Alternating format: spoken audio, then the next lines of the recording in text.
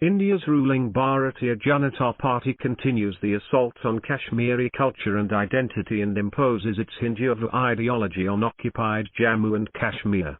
A recent tweet by Mahbooba Mufti, former Chief Minister of J&K, focused attention on the forced singing of a bhajan, Hindu hymn, at a school in Kulgam and elsewhere. A video of Muslim students singing the bhajan circulated widely on social media, prompting fierce protests from Muslim organizations. The Muttahida Majlis Ulama, comprising 30 Kashmiri organizations, denounced the action and said it was designed to accelerate the so-called integration of the younger generation with the Hindu idea of India. It called this part of efforts to erode the region's Muslim identity. Led by Kashmiri leader Mirwais Umar Farooq, who has been in detention for the past 3 years, the religious body pointed to attempts to browbeat Muslim scholars and undermine their role, citing the recent arrests of religious leaders in India's latest intensification of repression. Last month, 2 ulama were arrested and several Islamic scholars charged under the draconian Public Safety Act in a crackdown on Muslim groups in Kashmir. These arrests were roundly condemned by Pakistan. A Foreign Office statement described the illegal detention of Islamic scholars as yet another Indian attempt to rob the Kashmiri people of their distinct religious and cultural identity. The BJP has also taken control of the J&K Waqf board and thus all its properties across the region including Srinagar's Aja, a historic ground for congregational prayers. Condemning this in a message from jail, Shabbir Shah, Vice Chair of the All Parties Hurriyat Conference, APHC, accused the BJP government of infringing the religious rights of Muslims. Other Kashmiri leaders portrayed it as part of the BJP's efforts to occupy prominent places of religious significance for Muslims throughout the occupied territory. This includes the control of shrines. As a Kashmiri journalist told me, seizing control of shrines is not an innocuous move, it is a repressive action aimed at eliminating their political role as well as their Muslim identity. He explained that shrines have been an integral part of Kashmir's political and social landscape. They have not only provided spaces for worship, but in a region under occupation for decades, they have often been the only places where Kashmiri Muslims could meet and confer. That space has now been taken away. The BJP has taken other steps in its onslaught against Kashmiri culture.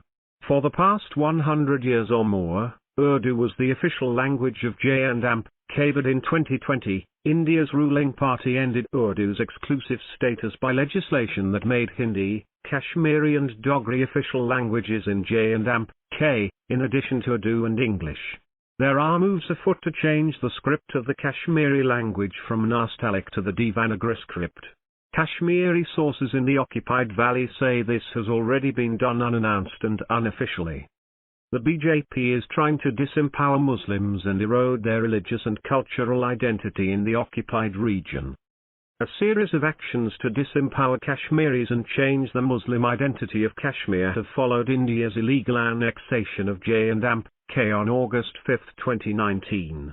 With abrogation of Article 370 of the Indian Constitution, which gave the state special status, J&K was bifurcated and absorbed into the Indian Union. This was in blatant violation of UN Security Council resolutions that bar the parties from bringing about any material change in the situation. Delhi then imposed a lockdown and communication clampdown and carried out mass arrests of political leaders and activists in a sweeping crackdown. According to the September 2022 briefing by Amnesty International, we are being punished by the law. In the 3 years since August 2019, the Indian government has drastically intensified the repression of the people of J&K, by subjecting them to multiple human rights violations. These violations include restrictions on rights to freedom of opinion and expression, to liberty and security of person, to movement, to privacy, and to remedy and access to justice. The authorities have committed these violations with absolute impunity. In contravention of international law and UN resolutions, Delhi has carried out administrative and demographic changes to disempower Muslims in Kashmir.